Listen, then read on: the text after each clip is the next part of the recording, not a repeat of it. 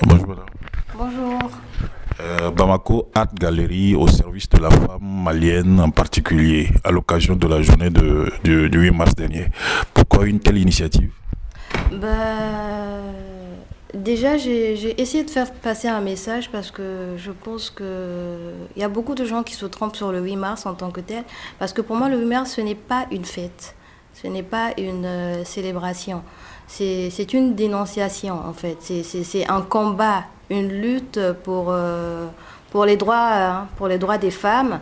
Lutter contre cette injustice, cette inégalité, d'où les textes que vous retrouverez sur les murs de la galerie pendant l'exposition. Donc on a essayé de mettre en valeur des femmes, pas des têtes d'affiche précisément, mais des femmes dans leur globalité, diversité, parce que vous retrouverez des femmes qui parlent un peu de la violence conjugale, vous retrouverez des femmes qui parlent de l'entrepreneuriat, vous retrouvez des femmes qui sont là en train d'élever les enfants des autres, les femmes en un mot. Donc d'où le nom de l'exposition. L'exposition s'appelle Femmes, avec un F majuscule, et puis voilà un peu. À qui vous vous adressez particulièrement?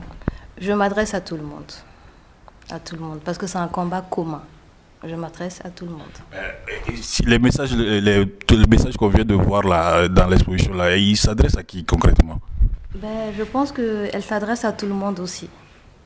Elle s'adresse à tout le monde. On a essayé de mettre en avant les femmes pour qu'elles parlent, elles fassent part de leur opinion, mais vous avez bien remarqué qu'il y a un mur aussi qui est réservé aux hommes pour que ces derniers laissent aussi des messages à l'endroit des femmes.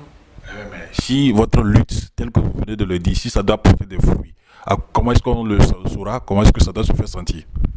Porter des fruits, c'est-à-dire? Que vous ayez fait une lutte, et vous allez devoir vous rendre compte qu'effectivement vous avez mené une lutte. Voilà, ça va se faire sentir à quel niveau? Déjà, ça va se faire sentir au niveau du mur qu'il faut remplir. Au niveau du mur qu'il faut remplir, et puis surtout au niveau de nombre de personnes qui exposent, qui vont visiter l'exposition. Voilà, donc est-ce que c'est une initiative qui sera pérenne dans les années à venir? Je compte bien faire durer cette initiative, si possible refaire la même exposition chaque année. Mais sur ce coup, j'avoue que cette exposition, elle a été très speed, assez improvisée parce que c'était pas prévu.